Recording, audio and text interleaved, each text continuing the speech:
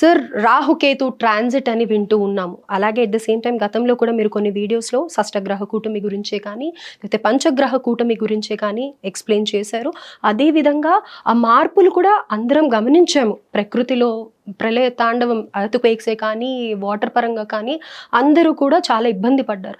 అయితే ప్రకృతి మీదనే అంత కోపం చూపించిన ఈ గ్రహ కూటమి కానీ ఇవన్నీ ప్రభావాలు ఇప్పుడు రాహుకేతు ట్రాన్సిట్ వల్ల మనిషి యొక్క జాతకం మీద ఎలాంటి ప్రభావం ఉండబోతుంది? ఏళ్నాటి శని ఆల్రెడీ స్టార్ట్ అయిపోయింది. ప్రభావం చాలా ఉంటుంది అని చెప్పి భయపడుతున్నారు. ఆల్రెడీ కొంతమంది ఆర్థిక పరంగా కానీ ఆరోగ్యపరంగా కానీ ప్రాబ్లమ్స్ ఫేస్ చేస్తూనే ఉంటారు. అయితే ఈ రాహుకేతువుది కూడా అంత ఇంపాక్ట్ ఉంటుంది అని అంటారా? అసలు రాహుకేతువుని ఏ విధంగా చూడాలి అని అంటారు? ఎలాంటి ప్రభావాలు ఉంటాయి అని అంటారు? సార్ మకర రాశి వాళ్ళ గురించి తీసుకున్నట్టయితే వాళ్ళకి శని ప్రభావం అనేది గోచారంలో ఉంది అని అనేసి అని అంటూ ఉన్నారు కదా, దాని ప్రభావం ఎలా ఉండబోతోంది? అండ్ అలాగే కొన్ని చోట్ల విన్నట్టయితే కనుక వ్యాపారంలో నష్టాలని కానీ లేకపోతే భాగస్వామితో విభేదాలని కానీ చాలా ఎక్కువగా దీన్నే పాయింట్ని స్ట్రెస్ చేసి చెప్తున్నారు. అంటే ఇంకా పెళ్ళైన వాళ్ళందరూ విడాకులు ఇచ్చేస్తారా ఏంటి, ఎలా ఉండబోతోంది? పైగా ఏళ్ళనాటి శని కూడా అయిపోయింది అని అంటూ ఉన్నారు వీళ్ళకి. సో మంచి జరుగుతుంది అని అంటారు కదా, కానీ ఏంటి ప్రభావం ఎలా ఉండబోతుంది అని అంటారు? రాహుకేతుది కానీ లేకపోతే శని గ్రహంది కానీ. నమస్కారం, హిట్ టీవీ ప్రేక్షకులందరికీ కూడా మీ శ్రేయోభిలాషి ఎస్వి నాగనాథ్. మకర రాశి వాళ్ళకి మీరు అన్నట్టు విపరీతమైనటువంటి ధన నష్టము, జీవిత భాగస్వామితో వైరము, విడాకులు, వీళ్ళ పర్సనల్ లైఫ్ అండ్ వీళ్ళ ప్రొఫెషనల్ లైఫ్ దెబ్బతింటుంది అని మీరు విన్నారన్నారు.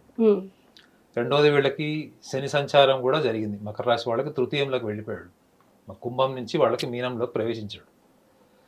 అయితే ఈ 21వ తారీఖు మే మాసం నుంచి వీళ్ళకి రాహు యొక్క ప్రవేశము కుంభంలోకి ఉంటుంది, కుంభరాశిలోకి ఉంటుంది. వీళ్ళకి మకర రాశి వాళ్ళకి ఏమవుతుందంటే అష్టమ భావం అవుతుంది. ఇది సింహరాశి. అష్టమ భావము అంటే ఆయుష్, ఆరోగ్యము, అనవసరమైనటువంటి నిందలు, చెయ్యని తప్పుకి మనం జైలుకి వెళ్ళడం, లేదా చెయ్యని తప్పుకి నిందలు పడడం, లేదా జీవిత భాగస్వామికి సంబంధించినటువంటి రిలేషన్స్ అంటే లైఫ్ పార్ట్నర్తో ఉన్నటువంటి ఎమోషనల్ బాండేజ్, ఇవన్నీ కూడా అష్టమ భావానికి సంబంధిస్తుంది. అష్టమ భావం అంటేనే మాంగళ్య స్థానం అని కూడా అంటారు.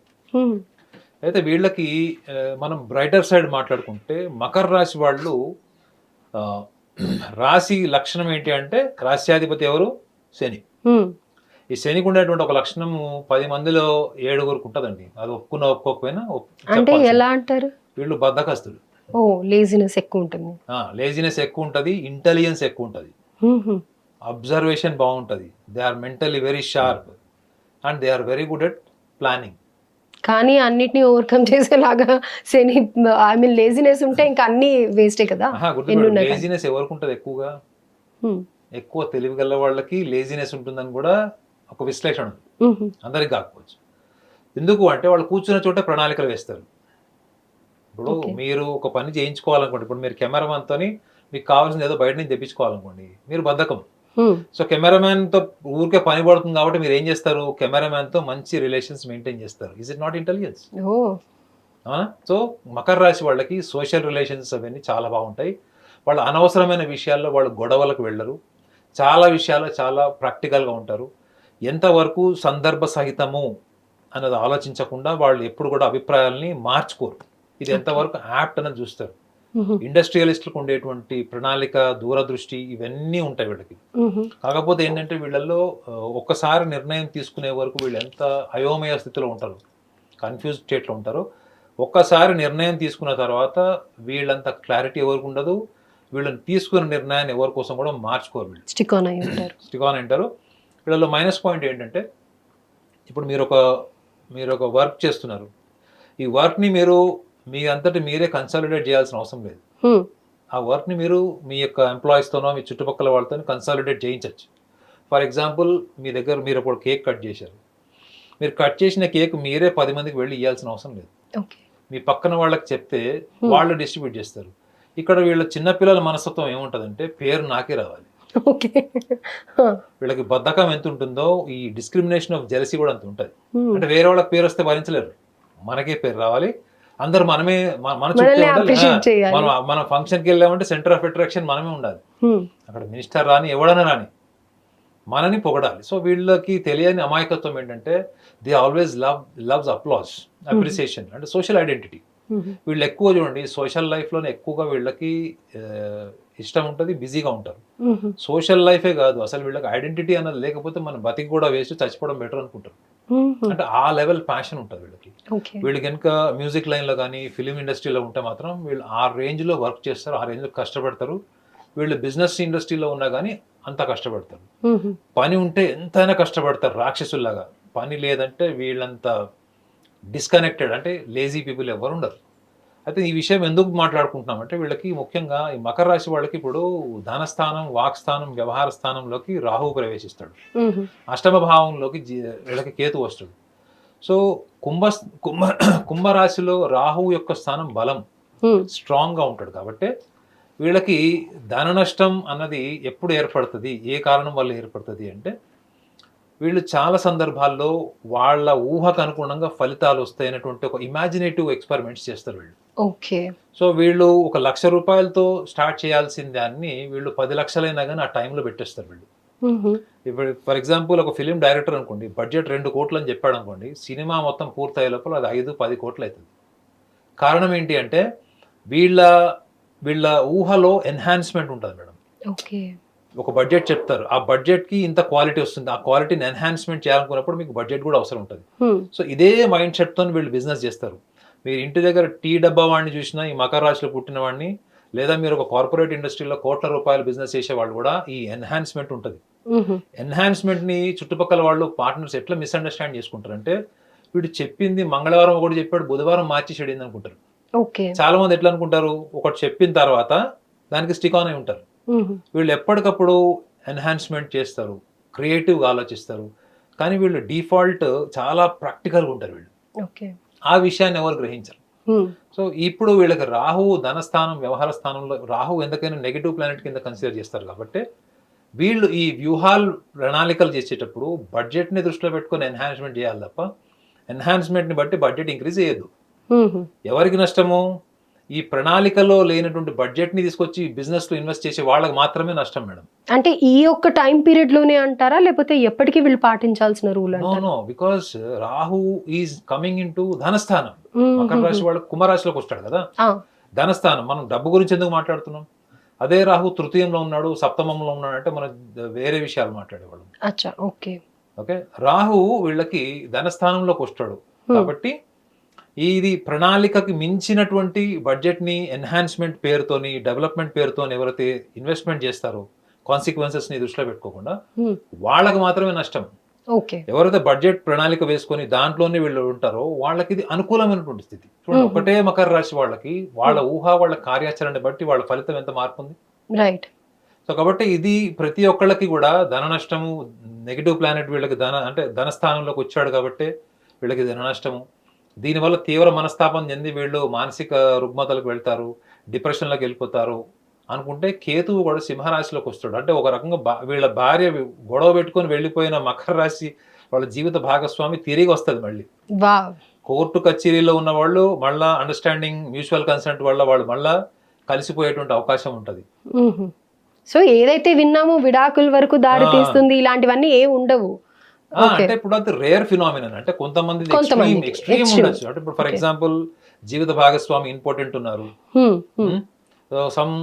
వాళ్ళకి పెళ్లికి ముందే వాళ్ళకి ఏమైనా స్కిజోఫీనియా లాంటి పేషెంట్ ఉంటారు, లేకపోతే ఇంకా అదర్ ఫ్యాక్టర్స్ ఏమైనా ఉంటాయి దాచిపెట్టి. మొన్న రీసెంట్గా ఒక కేసు చూశాను నేను. సో పెళ్లి అయిన తర్వాత అతనికి తెలిసింది ఏంటంటే ఒకటే కన్ను ఉంది అమ్మాయికి, అంటే ఒక కన్ను లేదు. పెళ్లి అయిన తర్వాత ఎలా తెలుస్తుంది? ఎందుకు అంటే వాళ్ళు ఆర్టిఫిషియల్ ఐ పెట్టారు, అది గుర్తుపట్టలేదు. పెళ్లి అయిపోయింది, ఎంత అయిపోయింది, 1 month లోనూ 1 week తర్వాత తెలిసింది. అది డివోర్స్ తీసుకున్నారు, అది అండర్స్టాండింగ్ తోనే తీసుకున్నారు. అమ్మాయి ఒప్పుకుంది, పేరెంట్సే అబద్ధం చెప్పి పెళ్లి చేశారు. సో దాన్ని తీసుకొచ్చి మనము వీటి కింద చెప్పలేము కదా, డివోర్స్ అయిపోతుంది because of this planetary position అని కాదు కదా. It is a common sense and లాయలిటీకి సంబంధించిన విషయం. సో వీళ్ళకి జీవిత భాగస్వామితో వచ్చేటువంటి వైరం, ఒకవేళ మకర రాశిలో ఉండే గొప్పతనం ఏంటంటే వీళ్ళు ఎన్ని గొడవలు వచ్చినా కాంప్రమైజ్ అవుతారు మేడం. కర్కాటక రాశి వాళ్ళకి, మకర రాశి వాళ్ళకి లక్షణం ఉంటుంది. వీళ్ళు ఒకసారి ఎమోషనల్గా ఒక వ్యక్తిని తీసుకుంటే వాళ్ళని జీవితకాలం తీసుకుంటారు. వీళ్ళు ఎస్ చెప్పడానికి కూడా చాలా టైం తీసుకుంటారు, నో చెప్పడానికి కూడా చాలా టైం తీసుకుంటారు. కాబట్టి జీవిత భాగస్వామిలో ఎన్ని సమస్యలు ఉన్నా కానీ అడ్జస్ట్మెంట్ ప్లాన్స్ చేస్తారు తప్ప తొందరగా వీళ్ళు కన్యా రాశి వాళ్ళలాగా డిస్కనెక్ట్ అయిపోవడం, మిథున రాశి వాళ్ళలాగా సెకండ్ ఆప్షన్కి వెళ్ళిపోవడం, మేషరాశి వాళ్ళలాగా ఫిలాసఫికల్ టెండెన్సీకి వెళ్ళి ఇంకొకళ్ళని పెళ్లి చేసుకోవడం, సెకండ్ మ్యారేజ్ చేసుకుని ఫస్ట్ భార్య గురించి ఫస్ట్ పార్ట్నర్ గురించి ఆలోచించేటువంటి లక్షణాలు ఈ మేషరాశి వాళ్ళకి కామెడీ యాంగిల్ ఉంటాయి. Okay, right. పెళ్లి చేసుకుంది ఇంకొక ఆమెను ఇంకొక అతన్ని, కానీ ఫస్ట్ భార్య గురించి ఆలోచిస్తుంటాడు. ఫ్రెండ్స్ కలిసినప్పుడు ఫస్ట్ భార్య గురించే చెప్తారు వాళ్ళు మేషరాశి వాళ్ళు. ఓకే. ఎందుకంటే వాళ్ళ తప్పు వాళ్ళు యాక్సెప్ట్ చేయరు కదా వాళ్ళు. సో మకర రాశి వాళ్ళు నో చెప్పాలన్నా ఎస్ చెప్పాలన్నా దే టేక్ లాంగ్ టైం, చాలా టైం తీసుకుంటారు. కాబట్టి వాళ్ళకి ప్రతికూలమైన వాతావరణాలు ఏమన్నా ఆరోగ్యపరమైనవి విషమ పరిస్థితులు వస్తే తప్ప జీవిత భాగస్వామికి సంబంధించిన సమస్యలు ఏమి రావు. ఎట్ ద సేమ్ టైం డబ్బు విషయంలో కూడా చెప్పా కదా, ప్రణాళిక వీళ్ళకి ఎలానో ఉంటుంది. కాబట్టి ప్రణాళికకు అనుగుణంగా వీళ్ళు బడ్జెట్ చేసుకుని వెళ్తే ఇది వీళ్ళకి అనుకూలమైనటువంటి దశ. రైట్. అయితే ఇప్పుడు డిప్రెషన్ గురించి, యాంగ్జైటీ గురించి మీరు ఈ రాశి వాళ్ళు, మకర రాశి వాళ్ళ గురించి మాట్లాడారు కదా. రాహుకేతు ప్రభావం ఉన్నప్పుడు కూడా ఈ డిప్రెషన్స్ కానీ, యాంగ్జైటీ కానీ, లేకపోతే ఓవర్ థింకింగ్ కానీ, ఇంకా వేరే వేరే ఇతరితర మానసిక సమస్యలకి గురవుతూ ఉంటారు అని అంటారు కదా. మరి ఈ రాహుకేతు ప్రభావం మకర రాశి వాళ్ళకి ఎలా ఉండబోతుంది అని అంటారు? ఈ రాహుకేతు ప్రభావము ఈ గోచార ఫలంలో వీళ్ళకి ఏవైతే మకర రాశి వాళ్ళ గురించి ఎటువంటి మార్పులు వస్తాయన్న విషయాన్ని మనం చర్చించాం. అయితే ఈ రాహుకేతు సిగ్నిఫికెన్స్ ఆ వ్యక్తిగత జాతకం కూడా చూడాలి.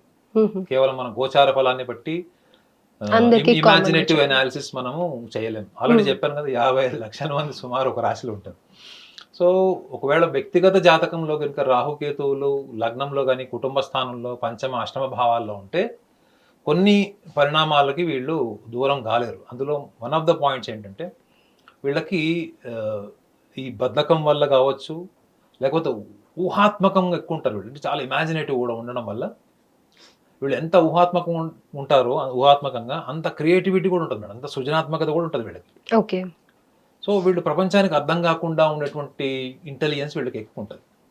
సో వీళ్ళకి ఎక్కువగా చెప్పాలంటే డిప్రెషన్ సైన్స్ వీళ్ళకి అనడం కన్నా మూడ్ స్వింగ్స్ అంటారు. అంటే మూడ్ స్వింగ్స్ అంటే చూడండి, పొద్దున వీళ్ళు చాలా బద్ధకంగా లేజీగా ఉంటారు. మనం నిద్రలో నుంచి కాన్షియస్లోకి వస్తాం. కాన్షియస్లోకి వచ్చిన పొద్దున అర్ధగంట టైం మనం బెడ్ మీద దొరుకుతాం అటు ఇటు, మన మూడ్స్లో, మన థాట్స్లో మనం ఉంటాం. సో వీళ్ళకి కొంచెం ఎక్స్ట్రీమ్ మూడ్స్ కానీ, మూడ్ స్వింగ్కి సంబంధించినటువంటి బిహేవియరల్ ప్యాటర్న్, పొద్దున నో చెప్తే మధ్యాహ్నం ఎస్ చెప్తారు, సాయంత్రం వచ్చేటప్పుడు మళ్ళీ అభిప్రాయం మారిపోవచ్చు. అంటే చిన్న చిన్న విషయాల్లో, అంటే సోషల్ కమ్యూనికేషన్, పార్ట్నర్తో కమ్యూనికేషన్ కానీ, ఫ్యామిలీ మెంబర్స్తో కానీ వీళ్ళ ఆలోచనలు ఎప్పటికప్పుడు కూడా వీళ్ళకి మార్పు తెచ్చేస్తుంటది. ఇది ఒక పెద్ద ప్రాబ్లమ్ గా కన్సిడర్ చేయొచ్చా? Of course madam. మీరు ఎవరికి అర్థం కాకుండా ఉంటారు కదా. ఇప్పుడు morning you say no, afternoon you say yes, and midnight you have another contradictory opinion. So what will be the perception of the parents on you? And at the same time, if you continues to do this becomes a tendency. So what will be the perception of your own family members on you? And how this behavioral pattern motivates people to understand you? ఇది వీళ్ళు accept చేస్తారా? చేయరు. చేస్తారు. మకర రాశి వాళ్ళు మీరు నిజం చెప్తే వాళ్ళు నిజం చెప్పేస్తారు. గుర్తుపెట్టుకోండి, మకర రాశి వాళ్ళు అబద్ధం ఎప్పుడు చెప్తారంటే అవతల వాడు జెన్యున్ లేకపోతే అబద్ధం చెప్పేస్తారు. కర్కాటక రాశి వాళ్ళు కూడా అంతే, అవతల వాళ్ళు జెన్యున్ లేరంటే కాస్త ఆలోచిస్తారు. అవతల వాడు సిన్సియర్ గా ఓపెన్ గా ఉన్నాడంటే వీళ్ళు ఇంకా చాలా ఓపెన్ గా ఉంటారు. ఓకే. సో పాత్రను ఎదిగి దానం చేయడం అనేది మకర రాశి వాళ్ళకి తెలిసినంత ఎవరు తెలియదు. They are the representative of the situations. However the situation represents, communicates, reciprocates, they will become the most natural people for the situation. Okay. అక్కడ మంచి ఆపోజిట్ గా మనకి మంచి కనిపిస్తే మంచిగా ఉంటారు, చెడుగా ఉంటే చెడుగానే వీళ్ళు జాగ్రత్తగా ఉంటారు, అలర్ట్ ఉంటారు. సో కాబట్టి రాహు యొక్క సిగ్నిఫికెన్స్ మనం దృష్టిలో పెట్టుకుంటే ఈ చిన్న చిన్న విషయాల్లో వీళ్ళు ఎక్కువగా ఆలోచించి, చాలా చిన్న చిన్న విషయాల్లో వీళ్ళకి కూడా ఎవరైనా విమర్శిస్తే నచ్చదు, నెగిటివ్గా చెప్తే నచ్చదు. వీరు బాగుంది అంటే ఎక్కడో శిఖరం మీద ఉంటారు, బాగోలేదు అనుకుంటే పాతాళంలోకి వచ్చేస్తారు. సో వీళ్ళు చిన్న చిన్న విషయాలకి ఎక్కువగా మనస్తాపం చెందుతారు తప్ప పెద్ద పెద్ద విషయాల్ని వీళ్ళు హ్యాండిల్ చేస్తారు బాగా. ఓకే. సో కాబట్టి ఈ యొక్క లక్షణం వల్ల వీళ్ళు కొంచెం మూడ్స్ కానీ, బిహేవియరల్ ప్యాటర్న్స్ కానీ కొంచెం కన్ఫ్యూజ్డ్గా ఉంటారు వీళ్ళు. ఇది వీళ్ళకి ధార్మిక పరంగా కూడా ఒక సూచన ఏంటంటే, వీళ్ళు ఈ ముఖ్యంగా ఏమంటారంటే శని ప్రభావం కానీ, ముఖ్యంగా రాహు ప్రభావం కానీ, కేతు ప్రభావం ఉన్నవాళ్ళు అన్సర్టనిటీస్కి ప్రివెంట్ చేయాలి, అన్సర్టనిటీస్ని ఎట్లా కంట్రోల్ చేయాలి అంటే అనుకోకుండా జరిగేటువంటివి, ముఖ్యంగా ఈ ఆయుష్కు సంబంధించి కానీ, ఎందుకంటే శని యొక్క స్థానము ముఖ్యంగా వీళ్ళకి తృతీయంలో ఉంది, రాహువు కూడా వీళ్ళకి కుటుంబ స్థానంలోకి వచ్చాడు కాబట్టి కాలభైరవుడికి సంబంధించి అంటే సునకాలకు కానీ పిల్లులకు కానీ, పిల్లలకి సునకాలకు కానీ, వీళ్ళు ఈవెన్ ప్రకృతి పక్షులకు కానీ వీళ్ళు ఆహారం అందించాలి. రైట్. ఆహారమే కాదు, మీరు మంచినీళ్ళు, ఇప్పుడు సమ్మర్ వచ్చింది, సో వీళ్ళకి ఏమవుతుందంటే ఇది వీళ్ళకి అదొక బ్లెస్సింగ్ కింద మారుతుంది. సో యాంటీ అడ్వర్స్ సిచ్యువేషన్స్ లో కూడా వీళ్ళకి ప్రో సిచ్యువేషన్స్ క్రియేట్ అవుతాయి, అంటే వీళ్ళకి సపోర్టింగ్ సిచ్యువేషన్స్ క్రియేట్ అవుతాయి. ఈ చిన్న ప్రక్రియ, వీళ్ళు చిన్న యాక్టివిటీ కనుక వీళ్ళు స్టార్ట్ చేస్తే, even Rahu significance in the second house, 8th house significance of Ketu, the 3rd house significance of Saturn cannot touch them. So వాళ్ళని టచ్ చేసేసి కూడా రాదు. వావ్. అయితే ఇప్పుడు నాకు తెలిసిన ఒక చిన్న ఇది చెప్తాను. కాలభైరవుడు, మీరు సునకాలకి ఫుడ్ పెట్టాలి అని అన్నారు కదా, కాలభైరవుడు అంటే కాలాన్నే శాసించేవాడు కాబట్టి వీళ్ళు ఫ్యూచర్లో ఏవైతే కష్టాలు కానీ నష్టాలు కానీ ఎదుర్కొంటారో అవన్నీ కూడా తగ్గుముఖం పట్టి మంచి కాలంగా ముందు ముందు చూసుకోవచ్చు అని అంటారు. శని జాతకంలో ఆయుష్ ఎవరైనా కూడా హాస్పిటలైజ్ అయినప్పుడు, ఇప్పుడు ఎలా ఉంది, హాస్పిటల్ నుంచి తిరిగి వస్తాడా లేదా అని, అప్పుడు కరోనా టైంలో చాలా కాల్స్ వచ్చేది, వాడు తిరిగి వస్తాడా, ఇంట్లో ఫోటో లామినేషన్ చేయించాలని అడిగేవాడు. అర్థమైందా? సో శని యొక్క నవగ్రహాల్లో శని యొక్క స్థానాన్ని బట్టి కూడా కాలాన్ని నిర్ణయిస్తారు, ఆయుష్ని. సో కాబట్టి తృతీయంలో కూడా ఉన్నాడు, వీళ్ళకి పెద్ద నష్టం కూడా ఏం లేదు. రాహుకేతులు అష్టమంలో కేతువు కూడా, కాబట్టి రాహుకేతువుల గురించి మనం నెగిటివ్ ఎందుకు మాట్లాడతామంటే వాటి నెగిటివ్ ప్లానెట్స్ కింద కన్సిడర్ చేశారు. కానీ ద బ్రైటర్ సైడ్, ఇప్పుడు మిగతా గ్రహాలన్నీ కూడా మీకు 10 ఏళ్లలో ఇచ్చేది వీళ్ళు ఒక్క రోజులు ఇస్తారు. రాహుకేతు. ఓకే. మీరు ఇమ్మెన్స్ రిచ్ అయిపోవచ్చు, పొలిటికల్లీ స్ట్రాంగ్ అయిపోవచ్చు, ఒక పెద్ద పదవి రావచ్చు, జాక్పాట్ రావచ్చు, ఇవన్నీ కూడా మీకు ఓవర్ నైట్ ఉంటాయి. రాహు కేతువులు తక్కువ టైంలో తీవ్రమైనటువంటి ఫలితాలు ఇస్తారు, పాజిటివ్ కావచ్చు, నెగిటివ్ కావచ్చు. ఈ చిన్న రిచువల్ వీళ్ళు ఫాలో అయిపోతే వీళ్ళకి తిరుగు ఉండదు. రైట్ సార్, చాలా అద్భుతంగా చెప్పారు, ధన్యవాదాలు సార్. హిట్ టీవీ యాప్, ఇందులో short news, live news, entertainment shows, movies, digital magazines తో పాటు మీ జిల్లా వార్తలను కూడా ఫ్రీగా చూడొచ్చు. ఇంకెందుకు ఆలస్యం, వెంటనే హిట్ టీవీ యాప్ ని డౌన్లోడ్ చేసుకుని ఫ్రీగా ఎంటర్టైన్మెంట్ పొందండి. Hit TV app. Hit TV app. Please download hit TV app. Hit TV app ని ఫ్రీగా డౌన్లోడ్ చేసుకుని ఎంజాయ్ చేయండి. మీకు నచ్చిన ఎంటర్టైన్మెంట్ కోసం హిట్ టీవీ యాప్ ని ఫ్రీగా డౌన్లోడ్ చేసుకుని ఎంజాయ్ చేయండి. హిట్ టీవీ యాప్ ని డౌన్లోడ్ చేసుకుని ఆస్వాదించండి, ఆశీర్వదించండి. ఇంతమంది సెలబ్రిటీలు హిట్ టీవీ యాప్ ని డౌన్లోడ్ చేసుకోండి అని చెప్తున్నారంటే ఎంత మంచి యాప్ ఆలోచించండి. అమెరికా అమెరికా అమెరికా అమెరికాలో చదవాలనుకునే వాళ్ళకి విశ్వసనీయమైన పేరు మన శౌర్య కన్సల్టెన్సీ. UK లో 1 year masters, UK లో 1 year masters, 2 years work permit up to 5 years visa. Contact Saurya Consultancy. Contact 89851 89851.